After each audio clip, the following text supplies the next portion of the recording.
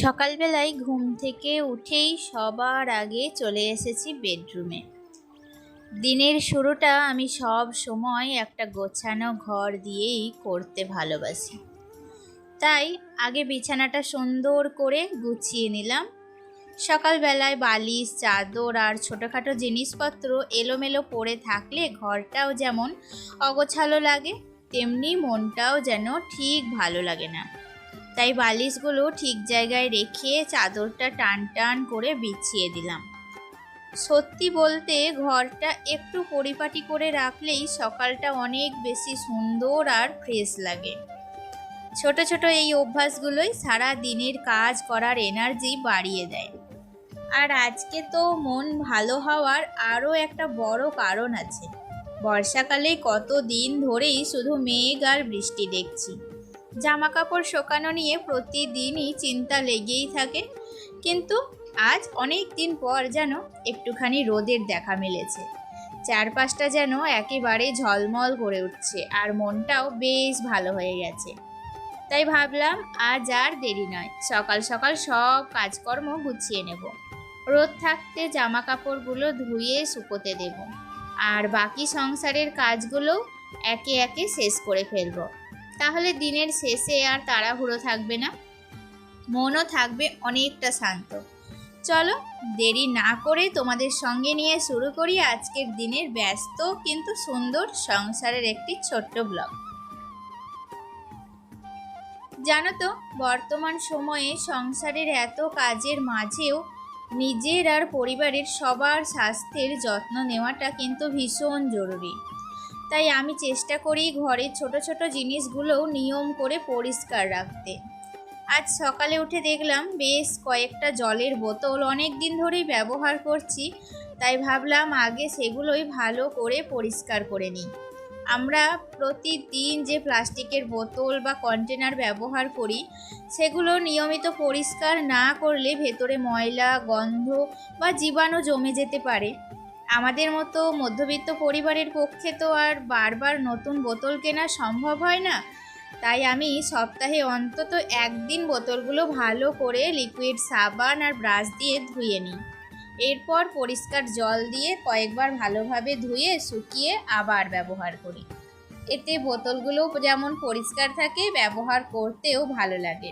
তবে একটা বিষয় সবসময় মাথায় রাখা দরকার, প্লাস্টিকের বোতল যদি ফেটে যায়, রং বদলে যায় বা খুব পুরনো হয়ে যায়, তাহলে যতটা সম্ভব সেটা বদলে নতুন বোতল ব্যবহার করাই ভালো।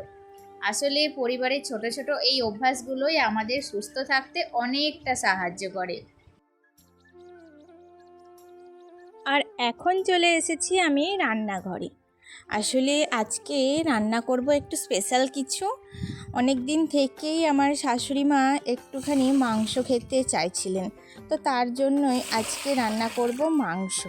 আর সেটারই প্রস্তুতি নিচ্ছি। দেখো, সকালবেলায় উঠে আজকে বেশি কিছু রান্না করব না বলেই অন্যান্য কাজগুলো এত সুন্দরভাবে কিন্তু কমপ্লিট করা হয়েছে। আর জানো তো, আজকে না আমার রান্না করার মুডটাও ছিল ভীষণ ভালো। মানে অনেক দিন থেকেই ভাবছিলাম যে একটু ভালো করে রান্না করব কিছু। আর সেইটা দেখো, দেখতে দেখতে কিন্তু সেই দিনটা চলেই এলো। তো আমি কিন্তু খুব ধৈর্যের সাথে আজকে মাংসটা রান্না করেছি। আর জানো তো, খেতে যখন দিচ্ছিলাম সবারই পাতে পাতে, তখন কিন্তু সকলে ভীষণ নাম করেছে। তো আমি নিজেও কল্পনা করতে পারিনি যে এত সুন্দর রান্নাটা আজকে হবে। আর অটোমেটিক কিন্তু মাংস থেকে প্রচুর তেল বেরিয়েছিল। আসলেই মাংসটাও কিন্তু খুব সুন্দর সিদ্ধও হয়েছিল, আর মাংসটা কিন্তু খুবই সুন্দর টেস্টি হয়েছিল। যাই হোক, দেখো, মাংসে তেল বেরোলে না বেশি পরিমাণ তেল কিন্তু দিতে হয় না, অল্প একটু পরিমাণ তেল দিয়েছিলাম আর একটুখানি কষে নিয়েছিলাম। তারপর ওটাকে প্রেসার কুকারে 2টো সিটি নিয়ে দিয়েছিলাম, মাত্র 2টো, বেশি সিটি দিইনি, যদি গলে যায় এই ভয় আর কি। তো দেখো, মাংসর কালারটা কিন্তু বেশ ভালো এসেছে, তাই না বলো? দেখো, এখন কিন্তু আমি প্রেসার কুকার থেকে নামিয়ে আগে আমার ছেলের জন্য 2 পিস তুলে নেব। ওর রিসেন্টলি একটু জ্বর হয়েছিল, তাই মুখে কিন্তু কোনো কিছুই স্বাদ নেই, কিছুই খেতে পারছে না। তো সেই জন্য ভাবলাম 2 পিস আগে তুলে নেব, ঝাল হলে আবার খেতেই পারবে না। তারপর বাড়ির সকলের জন্য পরিমাণ মতো নুন, ঝাল এবং সব কিছু দিয়ে নামিয়ে নেব। আর একটু ভাত ওদিকে করেছিলাম। তো এই হচ্ছে আজকে আমাদের দুপুরের মেনু। দেখো, মাংসর ঝোল তো প্রায় রেডি। আগের দিন একটু কষা কষা করেছিলাম বলে বাড়ির সকলে কিন্তু একটু অপছন্দ করেছিল, কারণ আমাদের বাড়িতে না একটু ভাতের সাথে ঝোলটা না হলে ঠিক চলে না। তাই জন্য একটু ঝোল ঝোল আজকে রান্নাটা করলাম। রান্না বান্না করে চলে এসেছিলাম একদম কলতলায়, কারণ ওই যে বললাম আজকে কিন্তু আবহাওয়াটা বেশ ভালো ছিল, তাই একটুখানি কাচাকুচিরও ছিল। আগের দিন কিছুটা কাচাকুচি করেছিলাম, আর যে বাকি অর্ধেকটা ছিল সেটাই কিন্তু আজকে কাচাকুচি করব।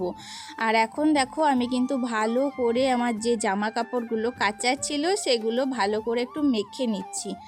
বেশি ময়লা তো না, ওই টুকটাক পরা হালকা ময়লা, তাই জন্য একটু ভালো করে চেপে মেখে নিয়ে সঙ্গে সঙ্গে কেচে নিলেই কিন্তু একদম ভালো হয়ে পরিষ্কার হয়ে যাবে।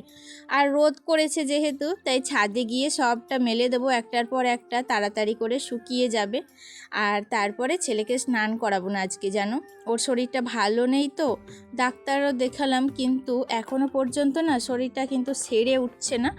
হয়তো আবহাওয়া চেঞ্জ হচ্ছে, সিজন চেঞ্জের জন্য হয়তো কখনো গরম কখনো ঠান্ডা, এই জন্য হয়তো ওর শরীরটা খারাপ করছে, আমিও বুঝতে পারছি।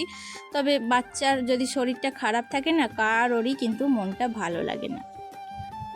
যাই হোক, দেখো ফাইনালি আমার কিন্তু প্রায় সব কাজ শেষের দিকে। এখন চলে এসেছি একটু ওপরের রুমটাকে ভালো করে একটু গুছিয়ে নেব।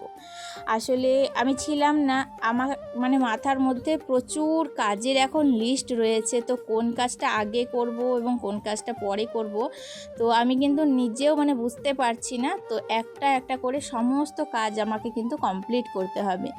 দেখবে কোথাও যদি দুদিনকার জন্য বেড়াতে যাও না, তাহলে সেখান থেকে এসেও এত কাজের একটা চাপ থাকে, মাথার ওপর প্রেসার থাকে, কি বলবো, পুরো কাজের পাহাড় জমে গিয়েছে একদম।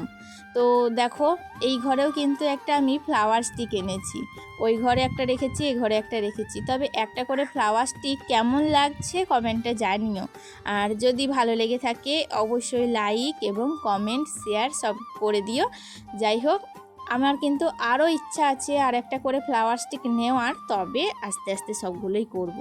জানো তো, একবারে না আমার কি বলবো তোমাদের কাছে, আর নোকানোর তো কিছুই নেই। মধ্যবিত্ত পরিবারে কি বলবো, ওই যে অর্থের অভাবে সব কিছু একসাথে সম্ভব হয় না। আস্তে আস্তে সব শখ পূর্ণ করব, সব ইচ্ছা তোমাদের সাথে শেয়ার করব। আজকে তাহলে আসি, দেখা হচ্ছে নেক্সট ব্লগে। টাটা।